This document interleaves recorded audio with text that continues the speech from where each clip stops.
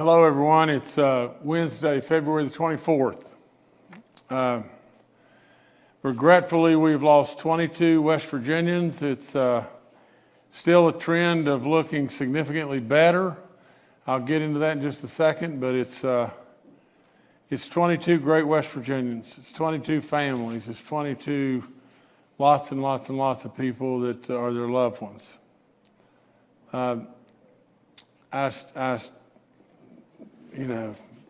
Boy, I hate this. I really do. 2,264th death in West Virginia is an 83-year-old female from Wyoming County. Our 2,265th death is a 60-year-old female from Mercer County. Our 2,266th death is an 86-year-old female from Randolph County. Our 2,267th death is a 59-year-old male from Lewis County. Our 2,268th death is a 75-year-old male from Preston County. Our 2,269th death is a 79-year-old male from Mercer County. Our 2,270th death is a 77-year-old female from McDowell County. Our 2,271st death is an 86-year-old female from Lewis County. The 2,272nd death in West Virginia is a 103-year-old male from Mercer County. All these people are wisdom. But can you just imagine the wisdom that this man passed on to all of his loved ones, and now this terrible, terrible killer takes him away? The 2,273rd death is a 70-year-old female from Mercer County. The 2,274th death is a 70-year-old female from Mingo County. The 2,275th death is an 89-year-old female from Mercer County. The 2,276th death is a 95-year-old female from Mercer County. The 2,277th death is an 80-year-old male from Berkeley County. The 2,278th death is an 84-year-old female from Grant County. The 2,279th death is a 76-year-old male from Wood County. The 2,280th death is a 90-year-old male from Kanawha County. The 2,281st death is a 78-year-old male from Boone County. The 2,282nd death is a 79-year-old female from Mercer County. The 2,283rd death is a 57-year-old male from Mercer County. The 2,284th death is a 76-year-old male from Marion County. The 2,285th death is a 57-year-old male from Logan County. 22 great West Virginians that I've just read you. Every single one of them so important, and we miss them. Please keep them in your prayers, your thoughts, and let these families know just how much you love them and that they're not alone. We've lost 2,285 West Virginians now. It's a crying shame. We have 285 new positive cases in the last 24 hours. That's great compared to where we've been. Our positivity rating is at 3.32. That's terrific as far as a daily positivity rating compared to where we've been. Our cumulative number is at 5.50, which is really good compared to where we've been, and it continues to come down. This is the best. Our active cases are 8,528. It's 39 straight days that our active cases have decreased. Our recovered cases are 119,337. And if you pull the chart up and where you can see, the top chart is the chart that it tells us, about our recovered cases on the bottom in the dark blue, our active cases on the top. We continue to, I think that's right. Is that right, Jordan? And we continue to widen and everything, and that's really, really good. We have 296 people in West Virginia that are hospitalized, 78 hospitalized in the ICU. We have no red counties in West Virginia, which is terrific. If you're 65 years of age, it's just a reminder, and you get that sniffle or headache or tiredness or whatever, just anxiety, please go get a test. Please get a test. From the standpoint of our antibodies, we can get those antibodies to you and save your life. if you'll get the test, and we can do it and do it early. Now, I've got some announcements here. You know, the West Virginia State Board of Education passed a motion yesterday requiring grades K through 8 to return to full 5-day instruction in the state of West Virginia. I think that is wonderful. I absolutely believe with all in us that we ought to be back in school. And so we ought to be back in school full time, and our kids need it so badly, but our families need it as well. The move replaces the January 13th motion that required counties to offer at least a blended learning for families. And this does not affect families that have chosen to go 100% virtual. You know, that is a family decision. If they want to keep their kids out of school and keep them at home and do it virtually, that's fine. As part of the meeting, the board recommended high schools return to 5 days in-person instruction as well. However, because older students may transmit the virus at rates similar to adults, grades 9 through 12 may remain with blended instruction if the infection rate in the community is high. According to the motion, counties are to return to a 5-day in-person model for pre-K through 8th students no later than March the 3rd. Our Hatfields and McCoys trails, Southern West Virginia, you know, I see you in action all the time when I have the opportunity on a weekend or whatever to run down there. But yesterday, I announced that the Hatfield and McCoy Trail System in Southern West Virginia logged in another year of record-breaking permits in 2020. Now, just imagine this. In 2020, we were shut down for all practical purposes, ever sold. And in the system's 20th, it is the system's 20th consecutive year of growth in ridership. Despite an 8-week closure for COVID, permit sales still saw a 15% increase over 2019. West Virginia is an industry leader in outdoor recreation, and our beloved Hatfield and McCoy Trail System is a gem unlike any other. Since I've been in office, I've had the privilege of seeing this trail system expand to include more miles of trails and welcome new tourism business to support this increase across our state in ridership. Keep doing what you're doing down there, guys. You're doing great work, and because it just keeps on working and everything, I could not possibly be more proud. Now think about this. We've got the West Virginia Power coming back to Charleston, West Virginia. Professional baseball is on the way back to Charleston. This morning, the West Virginia Power announced that they are joining the Independent Athletic League and have merged ownership with the Lexington Legends Ball Club. The Athletic League offers an open classification to play, the highest level of professional baseball other than the Major League Baseball. You're going to be able to see some of the best players in the world right here in West Virginia, with nearly half of the Atlantic League players having already. This is the absolute home run for Charleston. I could not be more proud.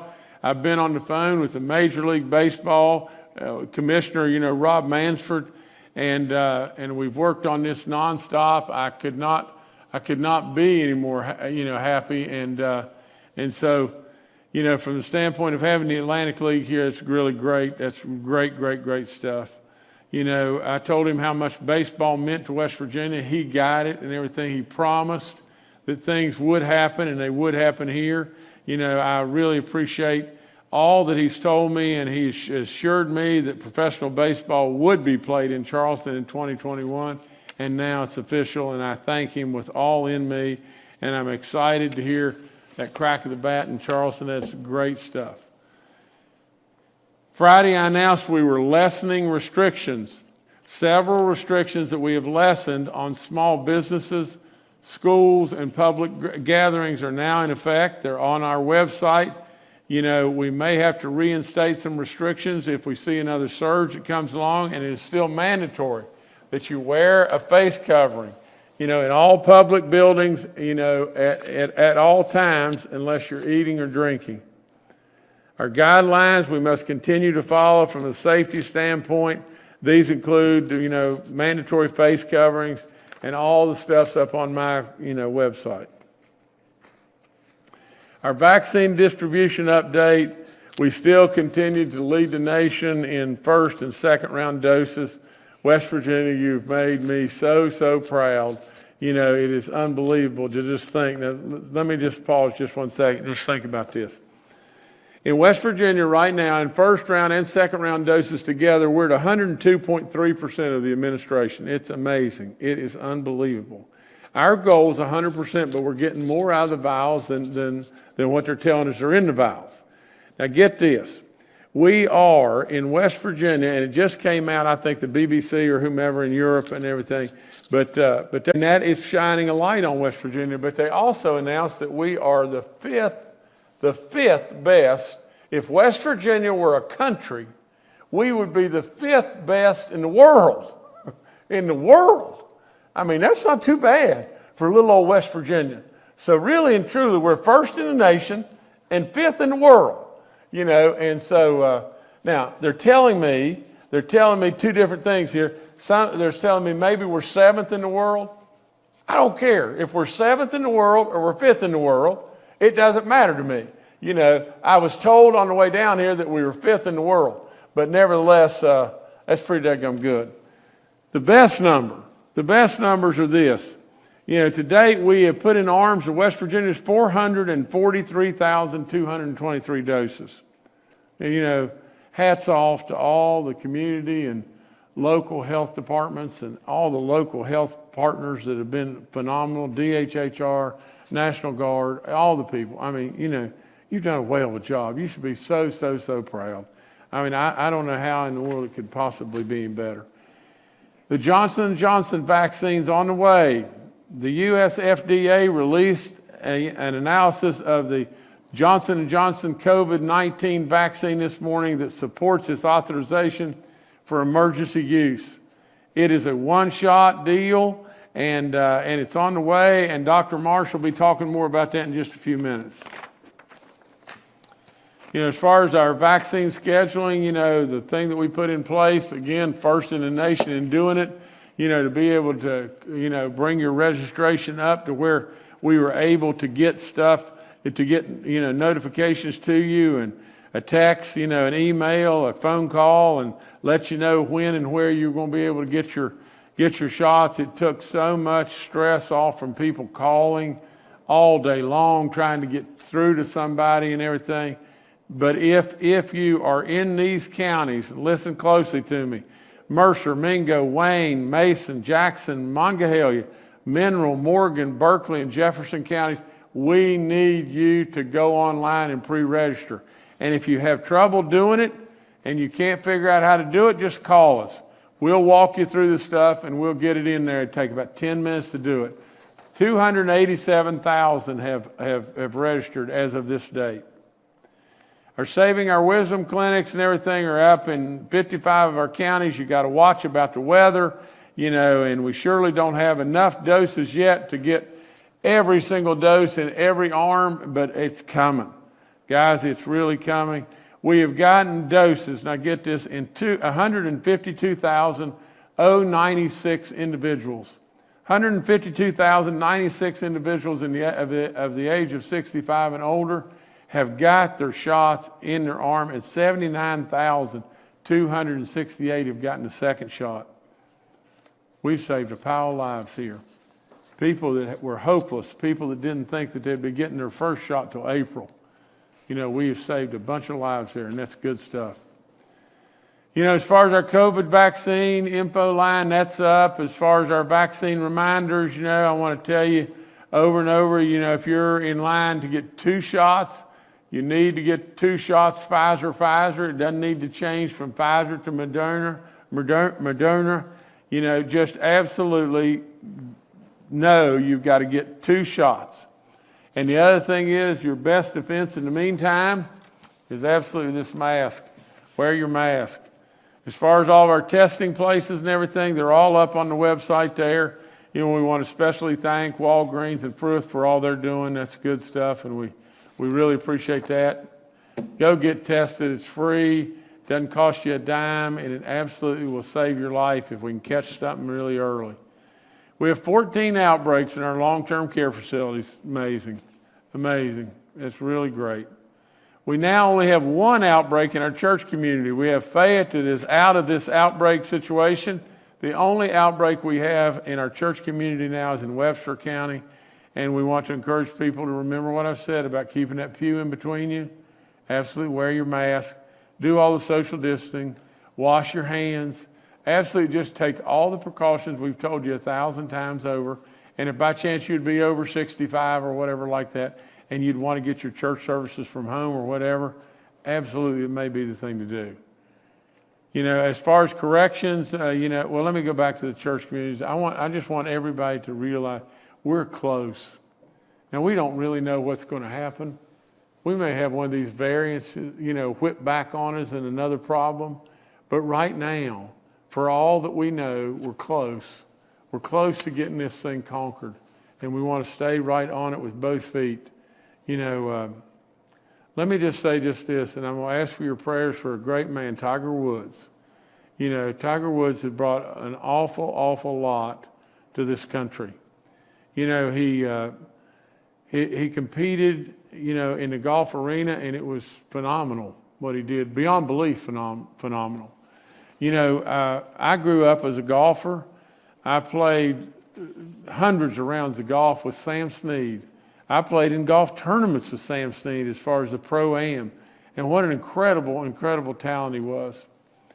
Tiger Woods tied Sam Snead as far as having 82 victories, and Tiger Woods greatly surpassed Sam or Mr. Snead, that I always called him, in many different ways. Tiger Woods wrecked his vehicle, and literally the vehicle rolled over multiple times. He has compound breaks in his legs, surgery in his legs. Absolutely, he's going to be okay. He's going to live, but it is a blow like you can't imagine, and a blow to an icon, a sports icon. So keep him in your prayers. I've had the opportunity at the Greenbrier in West Virginia to play golf. He and my son played together in the Pro-Am, and a talent like, honestly, I've never seen. An amazing talent. On corrections, I want to tell you that 22 inmate cases is what we have now, and 10 staff cases. 16 of those cases are at the Southern Correctional Facility. I want to remind you again about wearing your mask. You got to do it. Please do it in all public buildings. This is not a time to drop your guard. Please wear your mask and keep your guard up, because this thing can snap back on us. I want to remind you, if you've had the blessing from God to have recovered from COVID, go give blood. I mean, come on. If you can do it, it's what you ought to do. As far as an additional virtual town hall, and we're going to continue to do these until I am content that people understand what I am trying to do in regard to our state income tax. I'm trying with all in me to make it as painless as I can possibly make it, and give us opportunity beyond belief. Opportunity like you can't imagine. Opportunity to raise wages, to drive job opportunity here like crazy, to raise your property values, not your property taxes, to raise your property values, and to give you a standard of life that is absolutely what so many states have, that we've wanted for a long time. And to achieve that, I'm wanting to try to achieve that with absolutely a net positive to all West Virginians. Now, I'm struggling a little bit on a couple of the brackets, but for all practical purposes, I'm there for overwhelmingly the majority of our people, but I want to really keep trying to get there on everybody. Call in. I'll answer your questions. We'll keep at this. I am telling you without any question, hands down, this is the most important economic thing that has come down the pike that West Virginia is able to do ever. And with that, with ever is a great big word. But with that, now is the time. Now is the time that everybody in the nation and the world is looking at West Virginia. Now's our time, West Virginia. So call in, let me answer your questions. Thank you a bunch. I'm done. All right, thank you, Governor. Let's now go to Dr. Clay Marsh, our coronavirus czar. Good morning. It's wonderful to be with you, and I want to reinforce a few things that the governor mentioned. Number one is that we anticipate having a new vaccine that will become available for us. Friday, the Food and Drug Administration will meet to assess whether the Johnson & Johnson vaccine will become the third vaccine receiving emergency use authorization in the United States.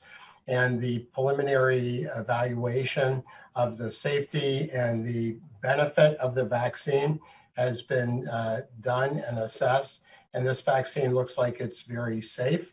It looks like it's very, very effective, particularly against inhibiting or reducing severe complications, which include people being hospitalized, people going to the ICU, people going on a ventilator, but also deaths. There's no severe complications after the 28-day window and beyond, or any deaths in the Johnson & Johnson vaccine group that span people of many ages and also covered many countries. So that is really good news.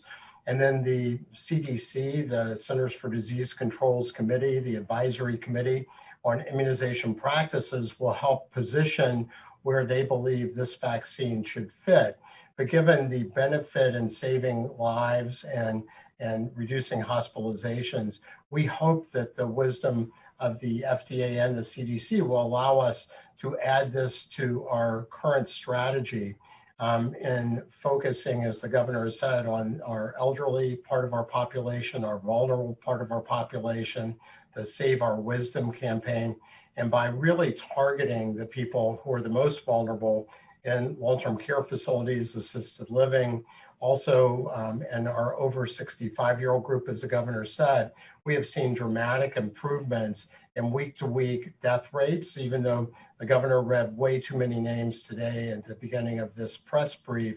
We have seen an over 70% reduction in week-to-week deaths over the 2021 year so far. And we've also seen a dramatic reduction in outbreaks and in hospitalizations and in ICU requirements. So we believe the strategy is working, but as the governor said, it is not time to become complacent. And we really want people to remember very much to wear your masks. And somebody had written in and said, can you just review how to wear a mask? And just to make sure that we want the mask to cover the nose and the mouth. We want the mask to fit snugly over the nose and over the face. There's been a lot of work done that would suggest that if you want a double mask, that can be helpful. And the benefit of that double masking, whether it's a mask and a gaiter, one of those sleeves that you pull up, or an over the ear loop kind of surgical disposable mask with a cloth mask on top, is not only the potential for increased kind of barrier protection so that you have more layers between you and other people, but it really is about the tightness of the fit around the face. So you really want your mask, if you wear a single mask or if you're going to wear two masks, to be a good snug fit around your face. And again, as we said early in this pandemic, the more people that wear masks, the more effective they are. And we know that if 90% or so of people wear masks, then we get the same benefit on the reducing transmission rates of these viruses like we do when we get immunized. There's also data suggesting that immunization is perhaps better than even getting sick and recovering from native COVID infection. So it really does emphasize the request that we all make, that when it is your turn to take the COVID vaccine, please choose to take it. And please register in our state registration system so that we get every West Virginian as part of that system, so that we can make sure that we identify you as part of these important priority groups as we continue to work to really focus very simply on the target of saving our citizens' lives and enhancing well-being, while at the same time, in the same way, reducing the pressure on hospitals and maintaining that function in healthcare and in our communities. So thank you so much. All right, thank you, Dr. Marsh. Next, we'll go to retired Major General Jim Hoyer, the Director of the Joint Interagency Task Force. Good morning. Very busy this week with the Interagency Task Force. Yesterday, we did receive the final doses from last week, so those all went out today. We're still receiving in this week's doses. All those are attributed to weather across the country and everything from packaging to the actual production of the doses across the country. Yesterday, we had some confusion with two counties, one Eastern Panhandle, one related to Harrison County with our Walgreens system. There was a glitch in our system on our end, not Walgreens, that scheduled some people in different counties from where they reside. That was resolved mostly yesterday, maybe a couple more to do today. That's part of the role of the Interagency Task Force, is to address and limit challenges that we have going forward. So we'll be continuing to work that. We are also working this week and next to continue to balance out doses across the states and or the counties. And as we get more doses in counties, we'll start to see more doses as we again continue to focus on age 65 and above, as well as starting to focus on critical workforce above the age of 50.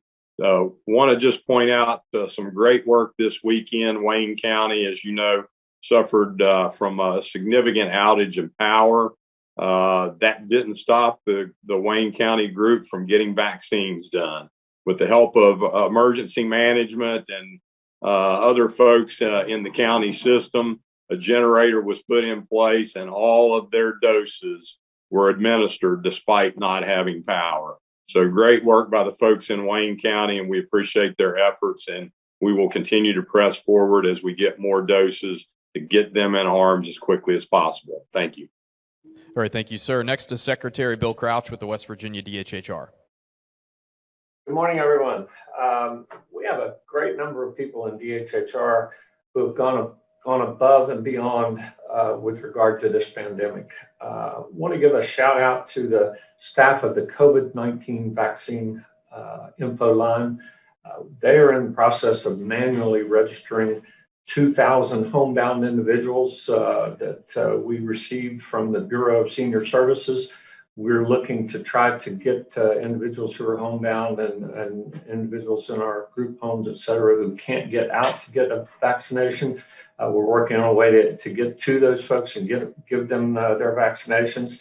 But this is a tremendous undertaking by this staff. That's in addition to about 3,000 calls they're taking a day. They're keeping the wait times under 3 minutes. So please contact, if you can't use the online system, contact the call center. They will get you registered in the state vaccine registration system. So big thanks to John Lopez and his team for handling this important task. As the governor said, we're #1 in vaccine administration in the country and doing extremely well across the world. So I want to thank our DHHR staff for getting our citizens vaccinated as quickly as we can. Thank you. All right, thank you, Secretary. And finally to Dr. Ayn Amjad, our State Health Officer. Good afternoon. Just to encourage people in the state that we do have testing available at many pharmacy chains as well as FQHCs. But if you go on our website and see the testing sites that are available, we do encourage everyone that we do need to get tested if you're showing any signs of symptoms of COVID-19. That can be still signs of a sinus congestion or underlying fatigue, but we do need to remind people that you still need to get tested, especially some of our bordering counties that we're seeing outside there, that you do need to be concerned. As Clay mentioned earlier, we still need to wear our masks and be vigilant. Our numbers do look good, but we do need to be consistent with that. We don't want you to be scared, but we want you to be mindful of that as well. Thank you. Thank you, Doctor. We'll now go to questions from members of the media. The first today from Mark Curtis with Nexstar Media. Good afternoon, or good morning, rather, Governor and cabinet members and fellow members of the media. Despite the good numbers you're getting out on the vaccinations, I'm still hearing complaints that the Eastern Panhandle counties are getting a disproportionately low number of vaccines, Berkeley, Jefferson, and Morgan counties. And I'm wondering how concerning that is, or why that is, number one. I know a lot of those folks work in the Washington, D.C. area, so I assume many of them are under the age of 65. But folks in the Eastern Panhandle are wondering, especially some of the delegates, why they are not getting what they think is their fare of the vaccines.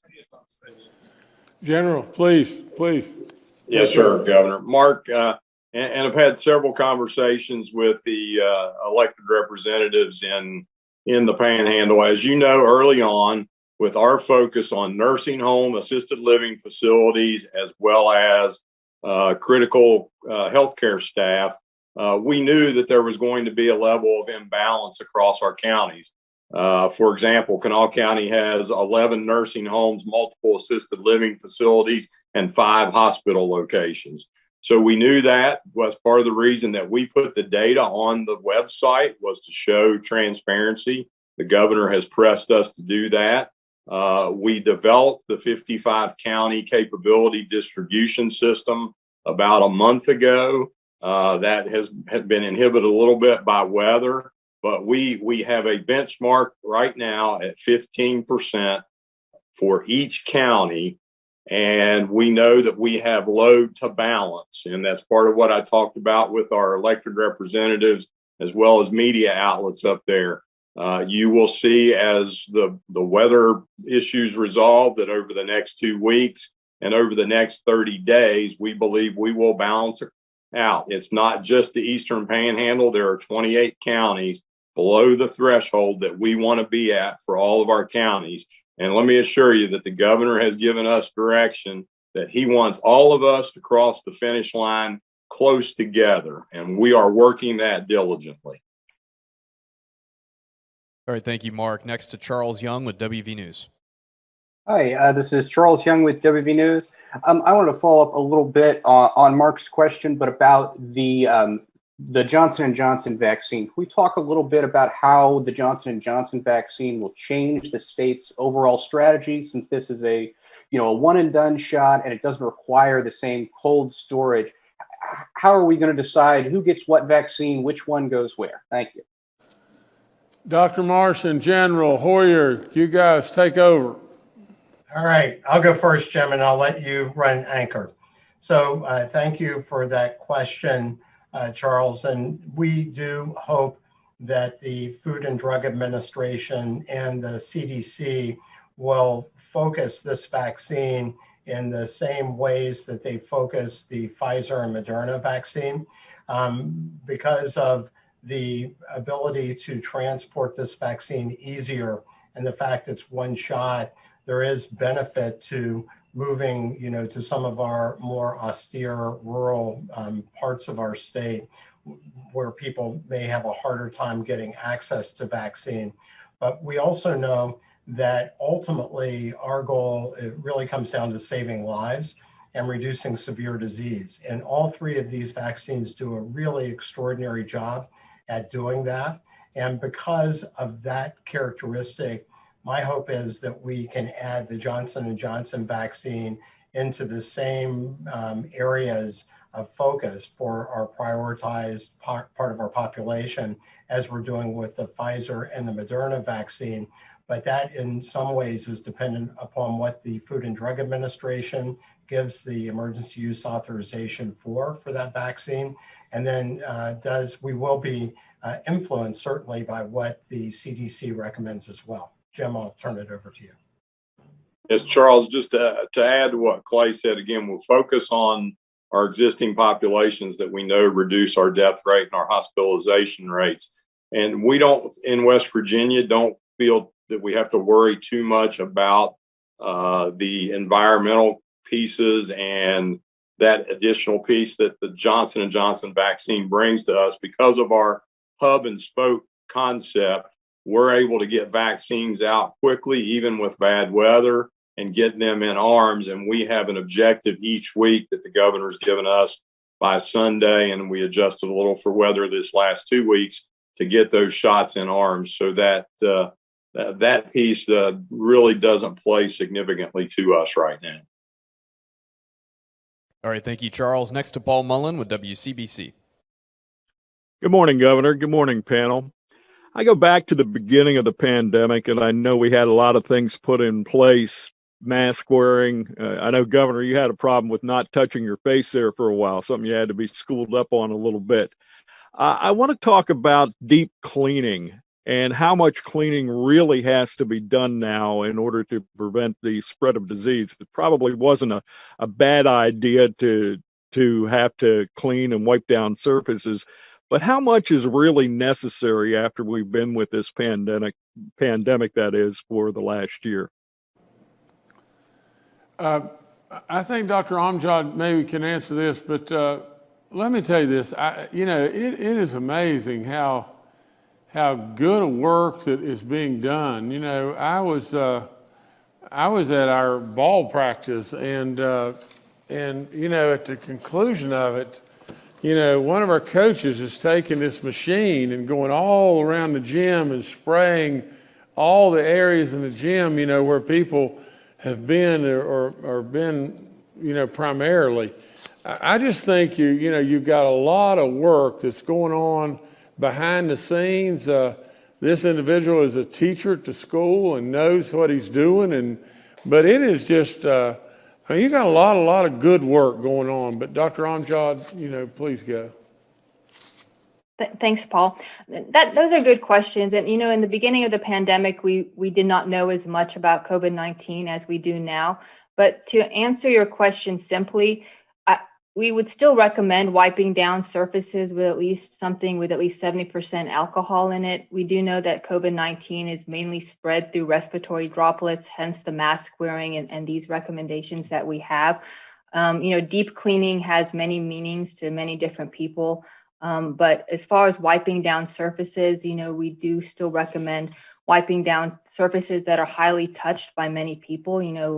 People were wiping down doorknobs and at least highly touched surfaces, maybe, computer surfaces or desktop surfaces that many people are, coming across. But, I know in the beginning of the pandemic, people were wiping down, every object that was coming into their household. They were holding things down at the doorway and things like that. But I think using some common sense approaches with wiping down things, but I would still recommend, vigorous hand washing for, at least 60 seconds with soap and water, using handheld, hand gels, and wiping down with at least 70% alcohol, highly touched surfaces moving forward, especially with the variants that we're seeing. But hand washing definitely needs to be done anytime with any type of diseases out there. Thanks. To me, just 1 second. And Paul, I would just add one thing. You're right. In the beginning, I struggled a lot with touching my face and everything. I'm still struggling with the same thing, and I'm pretty animated when I talk and everything. And so don't watch me, people, because I'm still struggling with just that. But I'm confident that others are doing a better job than I'm doing. All right, thank you, Paul. Next, we'll go to Mark Cram with WDVM. Good morning from the Eastern Panhandle to everyone, Governor, and everyone else. A little more than 10 days ago, a clinic was held at the Charleston Coliseum where you were able to dispense more than 5,300 shots in one setting. There's questions whether or not you may be holding similar clinics in the Eastern Panhandle or in other places across the state. Second, several times you've mentioned the plan is to finish dispensing to the vaccine to 65 plus all about the same time. I can answer it, but I think you can do it better. Yes, sir. Mark, on those 5,300 doses, I don't have the exact count, but I can get it to you later today. But a significant portion of those were second doses from when we were doing our healthcare workers early on, particularly those working in the hospital setting. We do have plans as we get more doses to expand out to larger clinics when we get more doses, as well as expanding the number of pharmacies who will be available in the federal pharmacy program going forward. Again, the dates and times that we would give you will change based on the number of doses that we get available to us through the federal system. It looks like right now, based on what we've seen nationally, that more Pfizer and Moderna doses will become available over the next couple of weeks. Our goal right now with the doses we have available, if that doesn't change and stay static, is by the end of March, first week of April, we should come close to completing most of those folks over the age of 65. Mark, you got to know this and everything, that absolutely every dose that comes into this state is armed. And so with that being said, you know, I would be a real advocate. I would love it beyond belief, you know, if we had a situation to where we could pull into the Eastern Panhandle and do 10,000 in a day. That would be fabulous. That's all there is to it. The problem is just one thing and one thing alone, and that is just we just got to get the doses. Now, the light at the end of the tunnel is getting brighter because Johnson & Johnson's on the way. Pfizer and Moderna absolutely are amping up their production. And Mark, what's going to happen, as sure as I know my name, is just this. This will pass.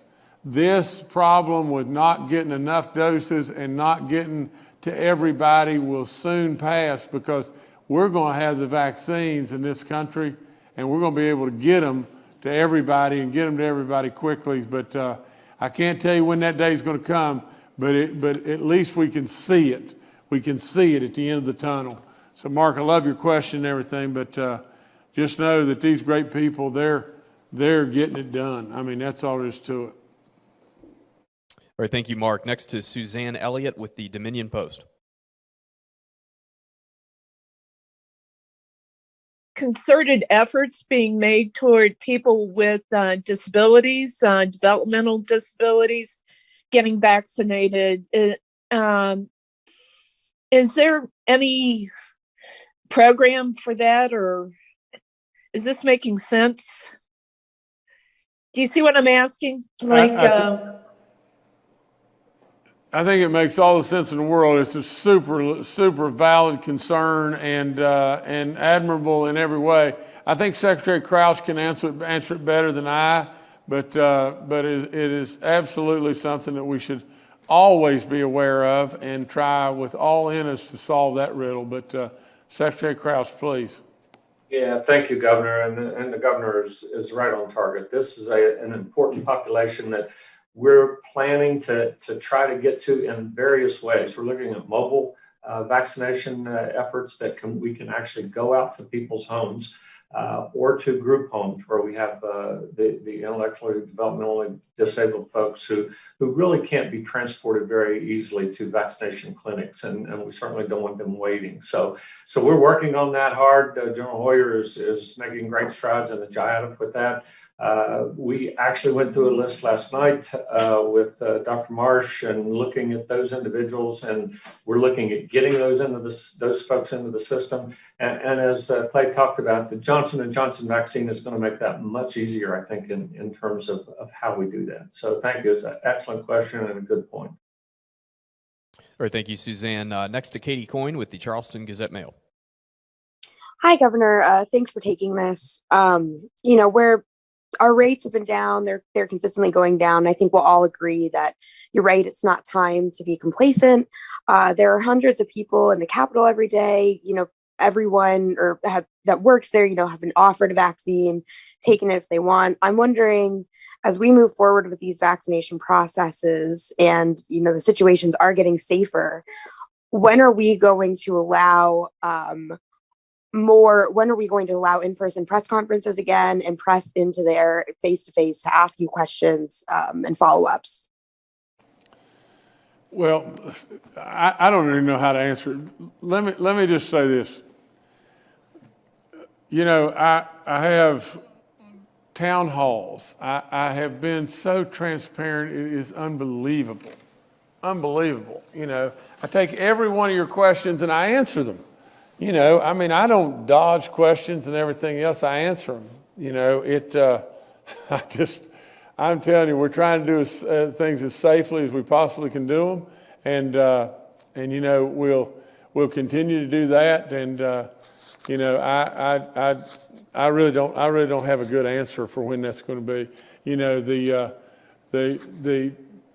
even reporters, I guess, from the Eastern Panhandle join us all the time, and we welcome them to join us. And so wherever it may be, you know, I welcome the questions. I will answer all the questions. I'm very, very proud of what we've done, and you know, and so we'll just keep on doing that. All right, Governor, I'll turn it back to you. I think something that should probably be said here is just this: is, you know, the paper that was just on, you know, was talking. You know, they ran an article and everything said that you know, you know, that there was something to the effect that I think is Hoppy or Brad McElhaney and everything that said, you know, that I take things personal from time to time. Well, I'm passionate about what I do. I'm really, really proud, you know, of what we've done. We've tried to be completely transparent at all times and everything. But all I would say is if you're going to report something, just report the truth. I mean, that's the furthest thing from the truth in any way. That was in regard to my emergency powers and everything. I personally believe that from my standpoint, I want to be 1,000% transparent. It doesn't really matter to me. It doesn't matter to me whatsoever about who looks and who oversights and who approves and disapproves and all that kind of stuff. You know, at the end of the day, I want people involved. I welcome people to be involved at all times, except for one thing, and that is just this. The people of this great state deserve more than just arguments. And really, I'm not taking anything personal. I didn't say anything like that at all. You know, basically what I said is, from my standpoint, I don't care. From my standpoint, I would just say for future governors, you know, in an emergency, you've got to react. You know, from the standpoint of the practicality of having 134 people weigh in on issue after issue, calling them back and forth nonstop and everything, really and truly, you know, from my standpoint, you know, an approval of, you know, stuff that you have $150 million and then you have to go here and get further approval. Well, of course, that's fine. I mean, that is absolutely perfectly fine with me. But report what I said. Just report the truth. You know, I said from my standpoint, I'm great with anything they want to do. From a practical standpoint, it becomes very, very, very difficult to handle when you got to call in 134 people. They got to make a decision. And in the meantime, you could very well lose people before that decision's made. And the governor is elected to make decisions and to lead. And I really believe the people, and you know, and we look at it all the time from not from the standpoint of polling we do, but the people are pleased with how I have handled every single aspect of their health, their safety, and the economy aspects of the CARES money and whatever. I'm going to continue to do just that, but I don't care. I don't care who has oversight and looks, except I would tell you for future governors, truly, you have got to have a governor that can lead. And you know, and it doesn't matter how good, if you had 134 Jim Justices, it doesn't matter. It is going to make it very, very difficult when decisions have to be made in a relatively short period of time.